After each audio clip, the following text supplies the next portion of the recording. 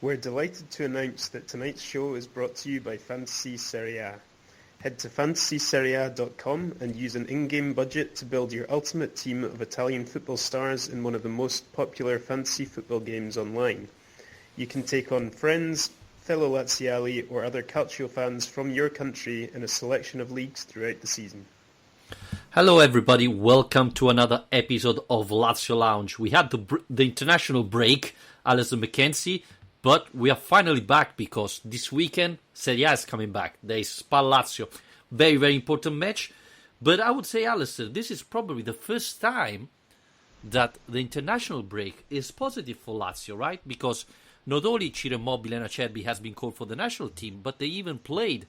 And finally, Ciro, after 2 years, scored again with the national team. So I think it has been a very positive international break for Lazio. What do you think about it? It was a great moment. I was so happy. You really feel for the guy, how much has been weighing on him. You can tell by his body language, the way he's been playing. Also, some of the reaction to anything he does playing for the national team is so ridiculously harsh and totally undeserved half the time. He hasn't been playing very well for them over the last couple of years, and obviously it's been that long since he last scored. But wow, I mean, he had a good game last night. You know, even without a goal, I think he would have made a good contribution to that Italy performance. But you go on social media and you see people absolutely hounding him. So no surprise that he came out after the game and mentioned the fact that it's been weighing on him a bit because of the reaction he's been getting from most people. So yeah, fantastic for him. And yeah, Acerbi as well. It was a real surprise to see him in the starting lineup, and I thought he had a great game. So you're right. I think it's rare to see two Lazio players in the starting lineup for Italy nowadays. And yeah, I suppose the flip side is that the international break maybe came at the wrong time because we were playing quite well going into it, and that slowed the momentum a little bit. But I think it gives us back Ciro Immobile happy and satisfied and, with a confidence that he probably didn't have last year, because last year he was called every time for the national team. Sometimes he wasn't playing. When he was playing, he didn't score, and a lot of people start complaining, said that Ciro Immobile wasn't a player good enough to play for the national team, and now he's proving everybody wrong. As you said, I thought he played really well, even before scoring. I thought playing near Pellegrini wasn't the perfect thing for him. I thought even Sensi was a little bit too egoist, trying to finishing every time instead of providing the assist to the striker. So even with that, I thought Ciro Immobile played a very good match. And we have to talk about Francesco Acerbi because, yes, probably he struggled the first 10 minutes, but after that, he's been the best defender. And I know it sounds strange, but playing near Bonucci these days is not easy because he tends to make a lot of mistakes, and this doesn't help you playing near him. So I thought really that Acerbi has been playing fantastic. And as I said in the past, I really think that at the moment, Francesco Acerbi is the best Italian defender. Now people are going to talk about Romagnoli, etc.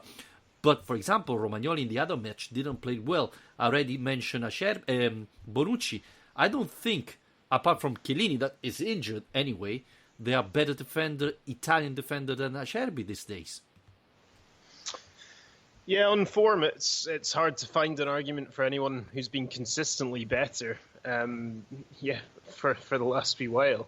I mean, it was just his confidence that really impressed me because he's not had an awful lot of opportunities with the Italy team, and there he was, carrying the ball out of defence. It's quite funny, the Bonucci comparison in a way, because he was almost playing more like Bonucci than Bonucci himself, I thought, in that match. Acerbi was the one taking the ball in defence and kind of charging through the midfield, playing long passes. He got himself on the edge of the box a couple of times. He had a shot blocked that was actually looking like it was going on target at one point. So yeah, that's just tremendous confidence. And actually, you know what? I think the fact that Immobile has scored and Acerbi's put in such an assertive performance isn't a coincidence. I think that does come off the back of those opening 2 weeks of the season with Lazio, the momentum that has caused, and just how well the team has been playing going into that, I think has helped those two.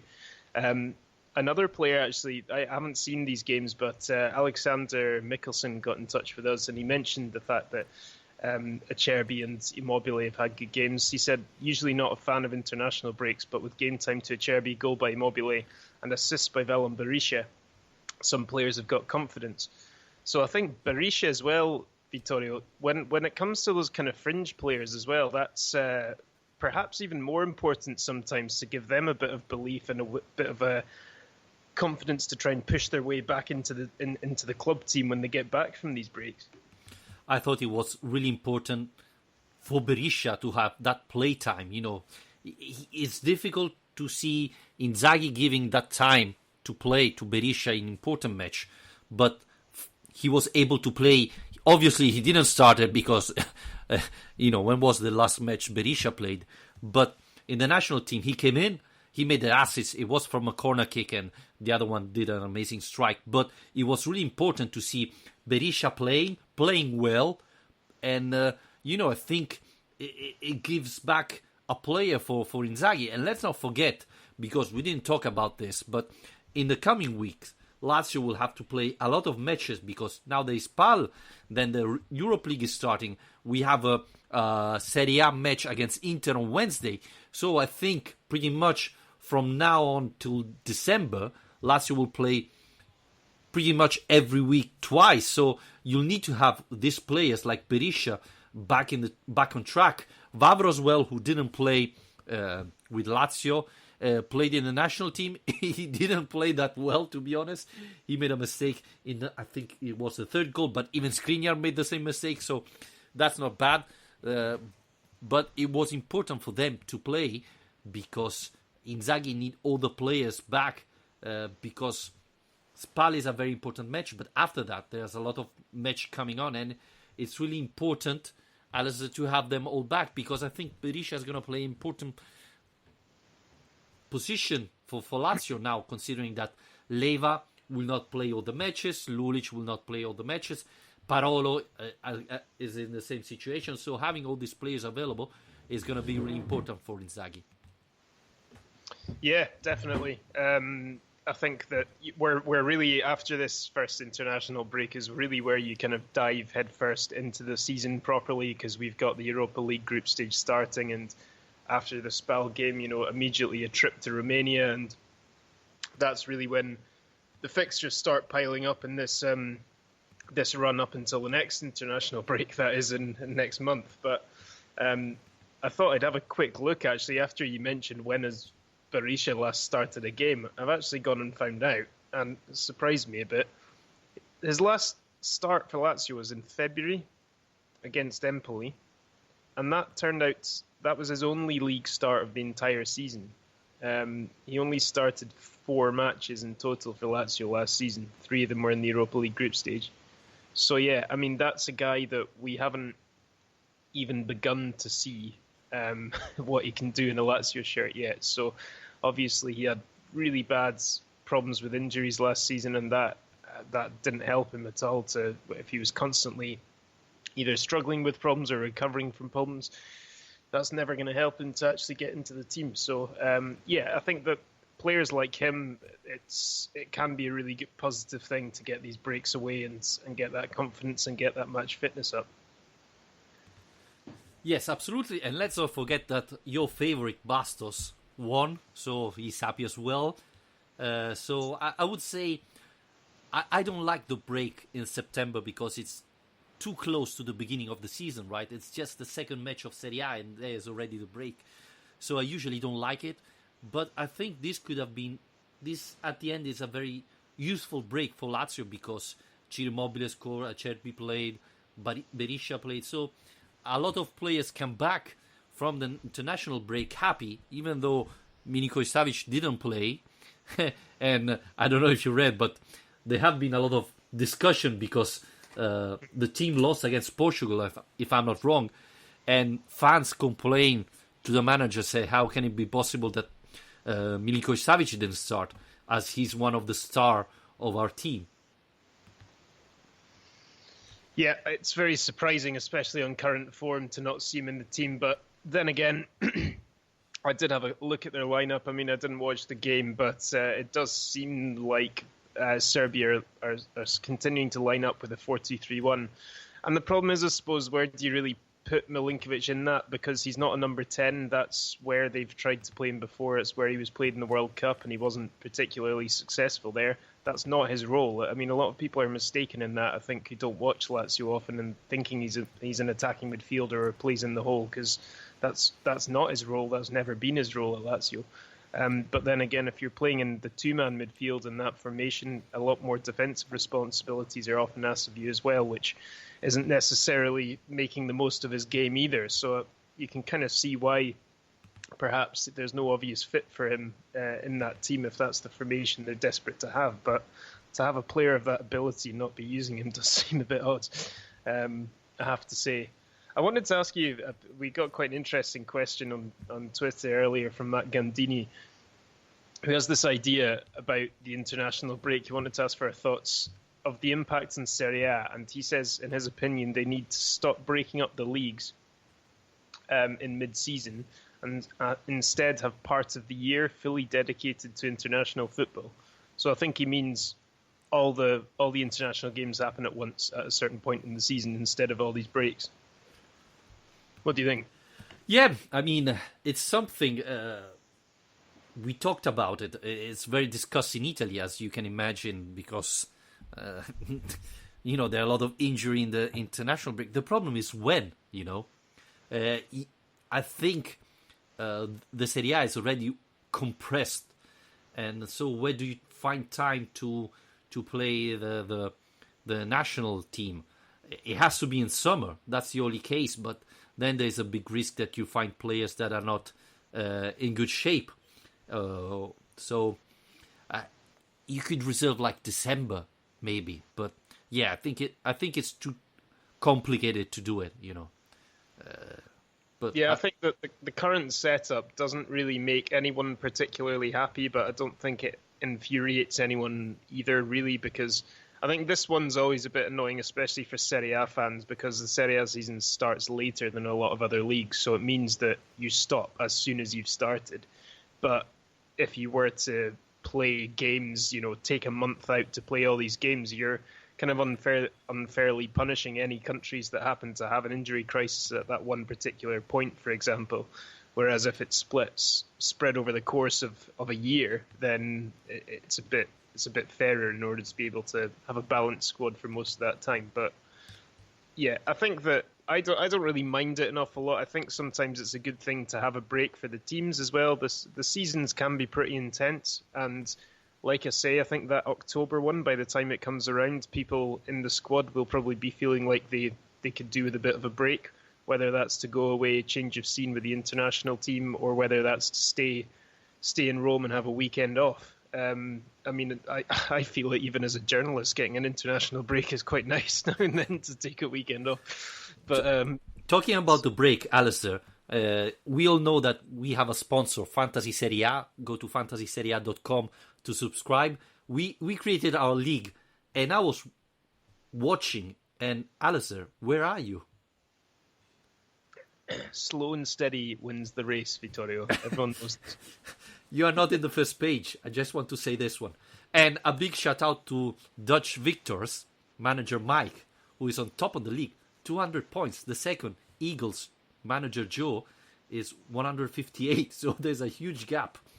And yep, It's a strong start. Yeah, and even if I did the team today, I'm already number 21. So, Alistair, I don't see you.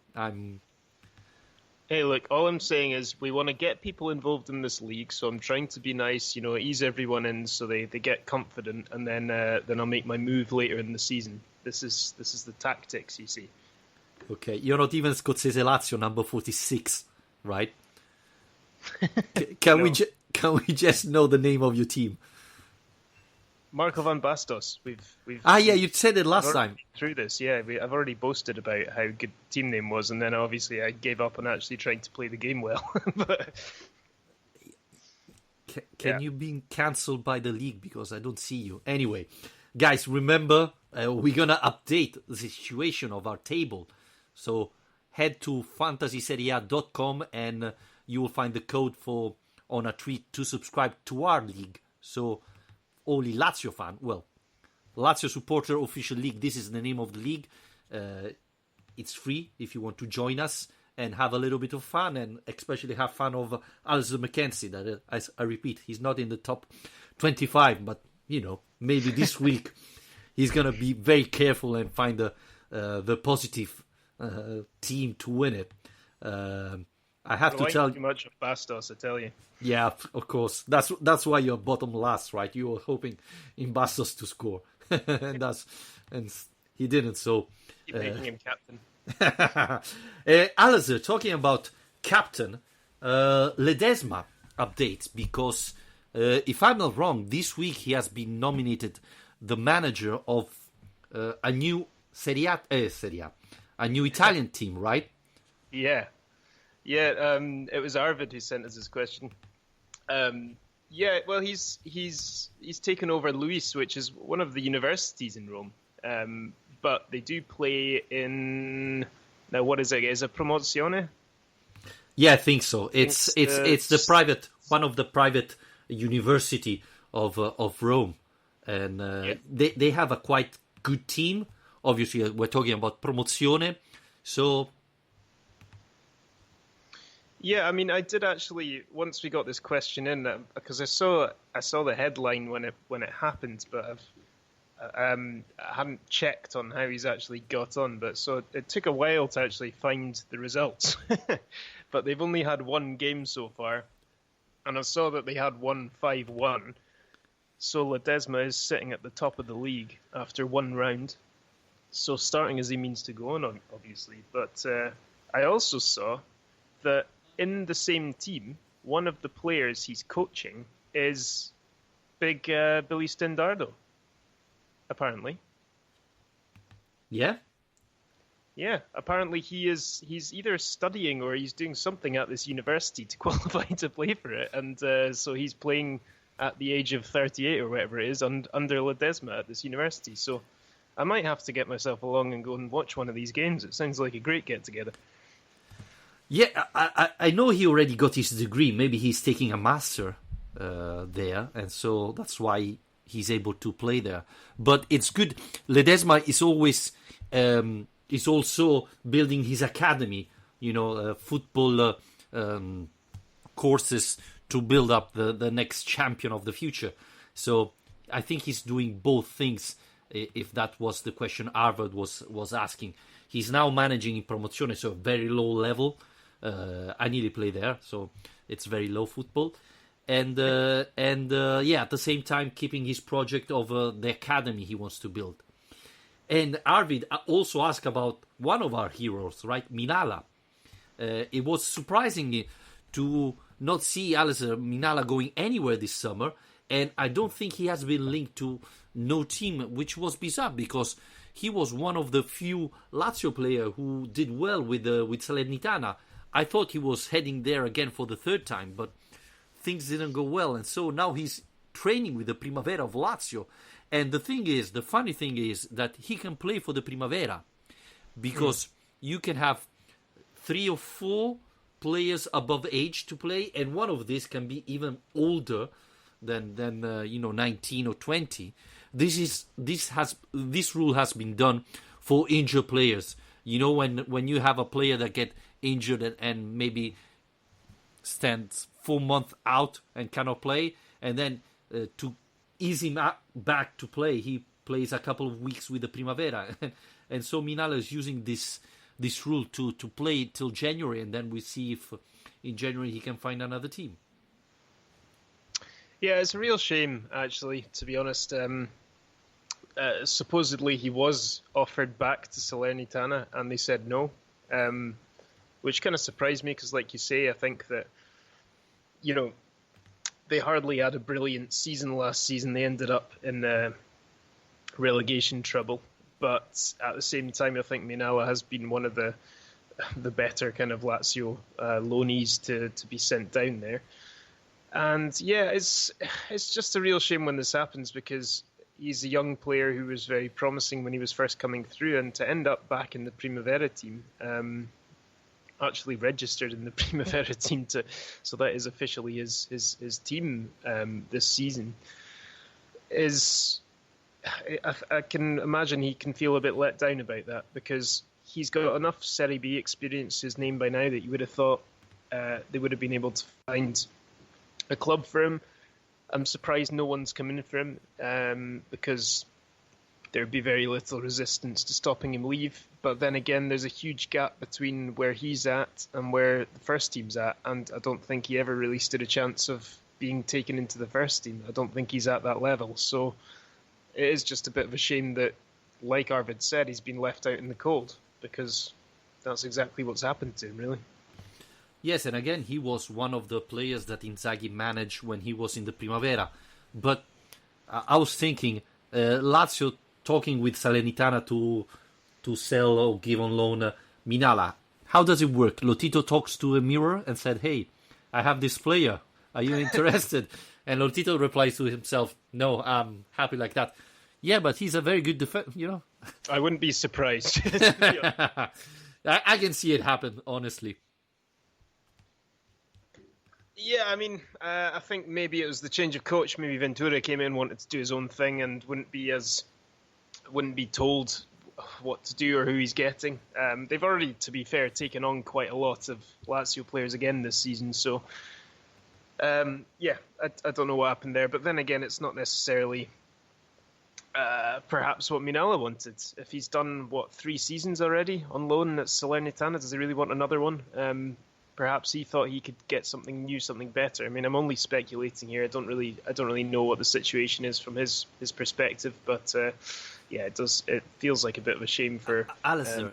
Is it a little bit bizarre to think that Oikonomidis was probably one of the last star of the Lazio Primavera, and he didn't have a chance with Lazio. He went on loan everywhere, didn't work out, and now he's back to Australia. But even Minala, if you remember, was one of the stars of Lazio Primavera. He was scoring a lot, he was playing really well, etc. And he didn't have a chance. He made his debut very young with Reia managing Lazio. So we're talking about 6 years ago, something like that. And after that, he didn't have a chance. He went on loan, etc. And things are not working. Didn't work out. So if you are a rising star, a star of the Primavera, this doesn't mean that then you're gonna have a brilliant future in Lazio, in the Lazio team. No, absolutely not. I mean, we've just seen Tunkara has just been sold to Viterbese, and by the looks of things has started life quite well there, but that's at Serie C level. So, I mean, it does go to show it's quite hard to really know unless you're very close to the team, unless you're watching all these games and you understand what kind of characters they are.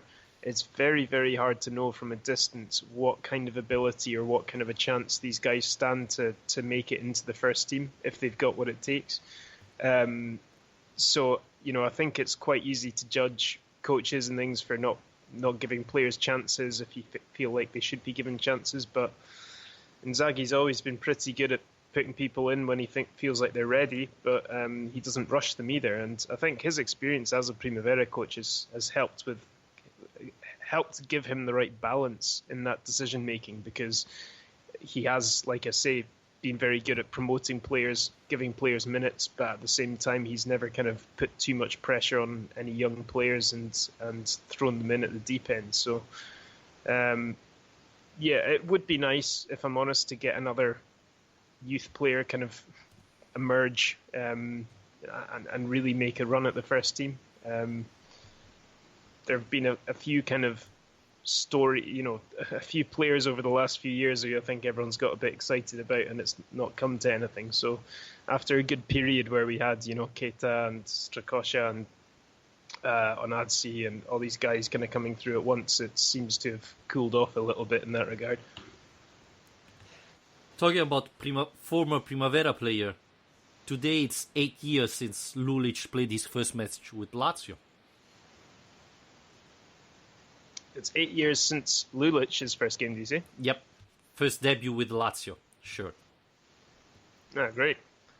Well, yeah, see, I think he's one of the longest serving players in Serie A at the moment.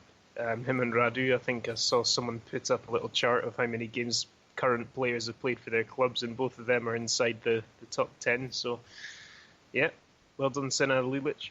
We've got a question, actually, from a Napoli fan, interestingly. So, Benjamin, thanks for listening. Thanks for getting in touch. But he was wanting to ask us about our thoughts on the first 2 games of the season.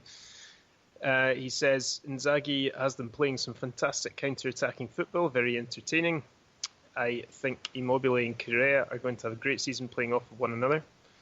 Thank you very much, Benjamin. I think we agree. I mean, we have kind of discussed each game in depth already, so we don't have to go into that all over again. You can listen to the old shows, but if we're going to review the season so far, Vittorio, I think we're pretty happy, aren't we? A very short review, but the only thing I don't agree is fantastic counter-attack football.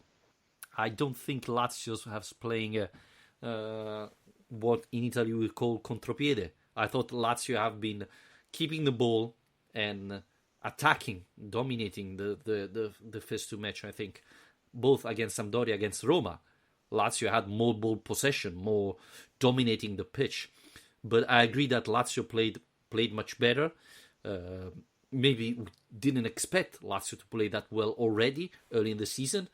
And I think, Immobile and Correa have started well and will have a great season. I think they can play very well together. So, I would say that Lazio is probably at the moment one of the teams that plays the best football.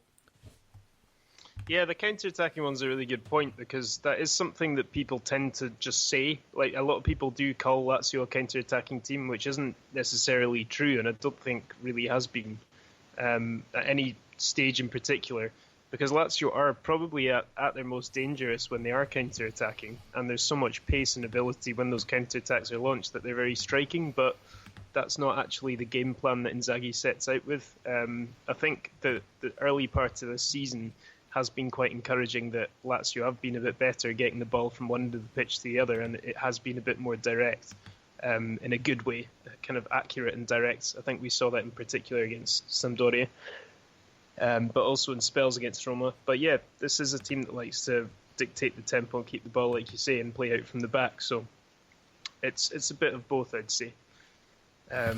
Especially as you were saying, Lazio is very dangerous when they have space behind you, and we saw it against Sampdoria when Lazio went ahead, and Sampdoria in the second half tried to push a little bit further to try to recover, and there we saw Lazio very, very fast attacking. But against Roma, with Roma going ahead early, I think Roma was counter-attack when they had the chance. They didn't have that many.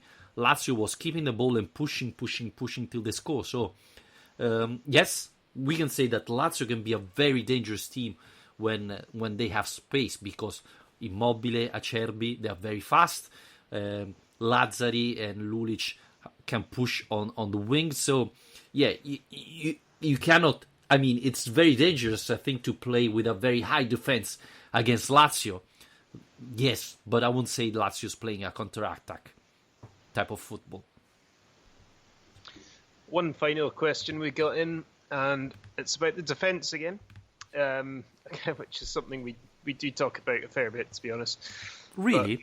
But, Matt Gandini says, do we have enough defensive depth? In my opinion, we're highly reliant on Francesco Acerbi, and although Vavro looks interesting, he's still a bit of a wild card. Thoughts on Bastos and Felipe? You don't want me to get started there. Both clearly talented, but inconsistent, in my opinion. If I start, I think that this is what we talked about at the end of the Mercato. I expressed concerns about this. I still don't think that there's enough depth in that defence for 3 competitions. Like Matt says, Francesco Acerbi is by far and away the best defender in that selection we've got. And if anything does happen to him, then all of a sudden you've lost the leader, you've lost the kind of, the pivotal player in that whole defensive structure, really. So that is a bit of a high-risk strategy. But then again, Francesco Acerbi is Iron Man and never misses a game and never gets injured. So if you're going to have one man to rely on, he's quite a good one to have.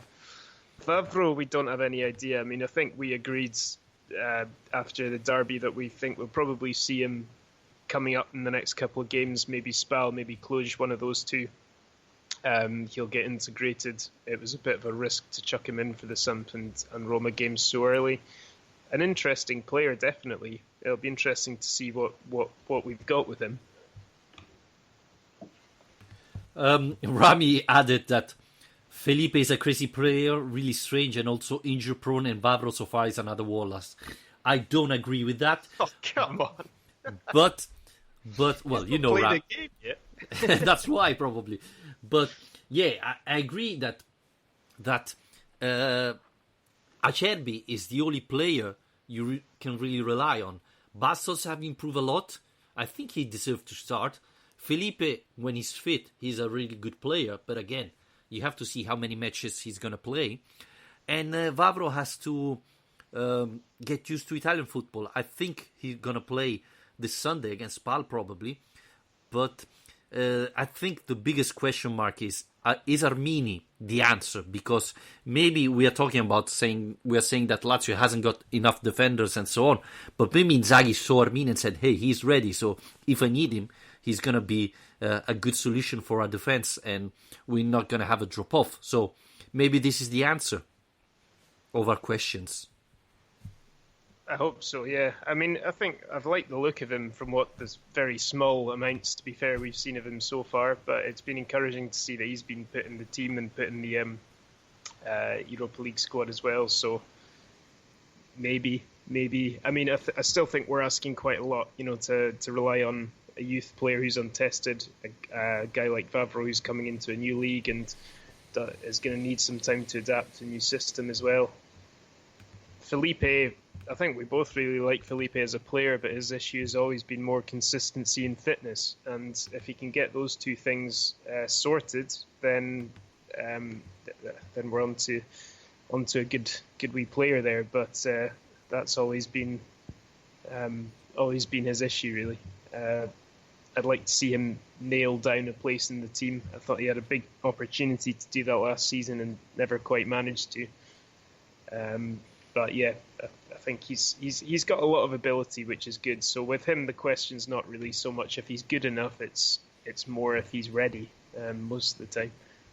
Yes, I agree. And the other thing is probably he needs to understand that too often he gets a yellow card when he's committing a foul at half of the pitch with the attacker with the back to the goal.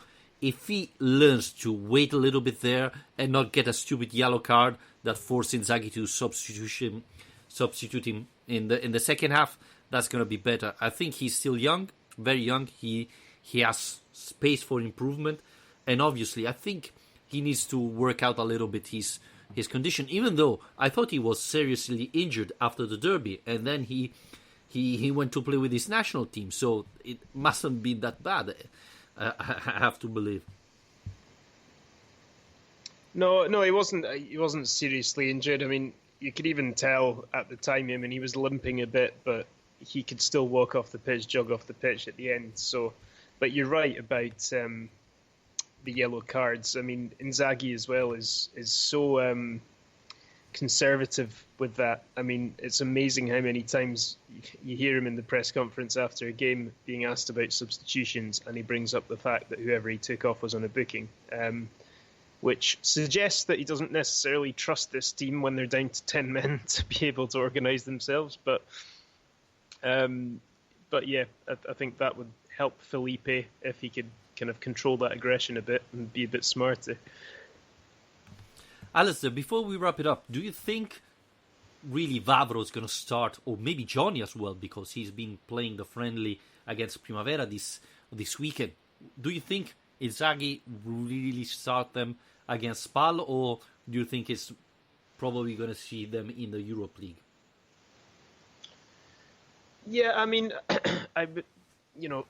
Inzaghi does like to play it safe. I would say that he's going to put out his strongest possible team for SPAL, and in his mind, that doesn't include Johnny yet. Lulic is still ahead of him in the Inzaghi pecking order. I think there's a chance for Vavro. It kind of depends on a few things, I suppose, not least the fitness of Felipe, like we've just said. But to be honest, I would find it more likely for him to start in that Cluj game, because that seems like, that's the bottom seed in our group. On paper, it should be the easiest game we've got in the group, even if it's an away game. So I think that'll be the time we see some real rotation. Hopefully we get to have a look at a few new players, as well as guys like Valon Berisha, who basically are new players to us, Bobby Adekanye even. So yeah, I mean, it might not sound like the most exciting thing, Cluj on a Thursday night, but then again, it might actually give us a chance to see some of these guys who we don't get many chances to watch. I mean, there's people watching Scotland playing football, so, I mean, Cluj Lazio is much better, I believe, right? Come on. Well, the numbers are decreasing every day with that one, I'll tell you. Really? You're asking for a British passport? Anyway, Alistair, very important match against SPAL, because let's not forget that Lazio started well the season, especially playing great football, but Lazio is at 4 points because they won against Sampdoria and drew the derby. So this is a very, very important match to win, to give a big sign for the Champions League spot. Let's not forget that Milan didn't start very well, but signed other players like Ribic. So it's going to be interesting to see the other teams, how they will perform. And Lazio against SPAL, that is not an easy match. I mean, a lot of people think that it's going to be an easy match, but we know SPAL is a very good team. We saw it last year. So this is a very tough match, especially considering coming after the international break. Inzaghi won't have a lot of time to train the players. We don't know when Correa's coming back from Argentina. We know that Ciro Immobile Acerbi will come back earlier, but all the Correa, it's a question mark. So Inzaghi won't have that much time to prepare the match, and this creates big problem, especially against a very well organized SPAL. Yeah, I mean, I watched SPAL's game, their last game against Bologna, and to be honest, I was really not very impressed with them. I don't want to jinx it, but they don't look like they're quite up to speed yet in the way that they were last season. They can be a really tricky team. Obviously, they held us to a draw last season as well. But at least in that Bologna game, Bologna dominated that match. They should have won more comfortably than they did. Etrit Berisha had a great game for SPAL, and to be honest, knowing our history of playing ex-Lazio goalkeepers, I'd expect him to have a great game again on Sunday. But yeah, I mean, they can be a difficult team to play against, but I really do think, given the way that we started the season, that this has to be and probably should be 3 points. Wow, you're very optimistic. I'm pleased to see you like that. But yeah, I mean, looking at the first 2 rounds, SPAL have still on 0 points, I think. Is that right? But I mean, just watching them in that Bologna game versus watching the way Lazio are playing, I mean, I suppose the unknown factor is simply the international break has happened between these two things, and that can be a little unsettling. You can lose your momentum a certain amount as well, but from what the first 2 weeks of the season have told us anyway, there is a gulf in class between these two teams at the moment. Yes, obviously. We have to hope that Lazio continue like that, but the break is always difficult to understand how the players are. Anyway, Alistair, if you don't have any other question from Twitter and you don't have a stats to tell us, I think we can wrap it up here. Yeah, sure. No, dry of stats today, I'm afraid. Terrible. Anyway, guys, as usual, please, you can subscribe to our podcast on iTunes, on Spreaker, on Spotify. We had a big result on Spotify this weekend, so thank you very much. And please rate and review the podcast on iTunes if you like it. And you can follow us on our social account, Twitter, Lazio Lounge, and Facebook, facebook.com/Lazio Lounge. And if you like the podcast and want to support us, remember there's a Patreon page, patreon.com/Lazio Lounge. Membership starts from just $2 a month, so it's less than a cappuccino a month, and you can support Lazio Lounge. So if you like the show and want to help us, this is the way to do it. Also, we're going to talk again next week after SPAL Lazio, and yes, I'm talking of the Europe League because it's coming. Thank you very much, Alistair. Enjoy the rest of the week.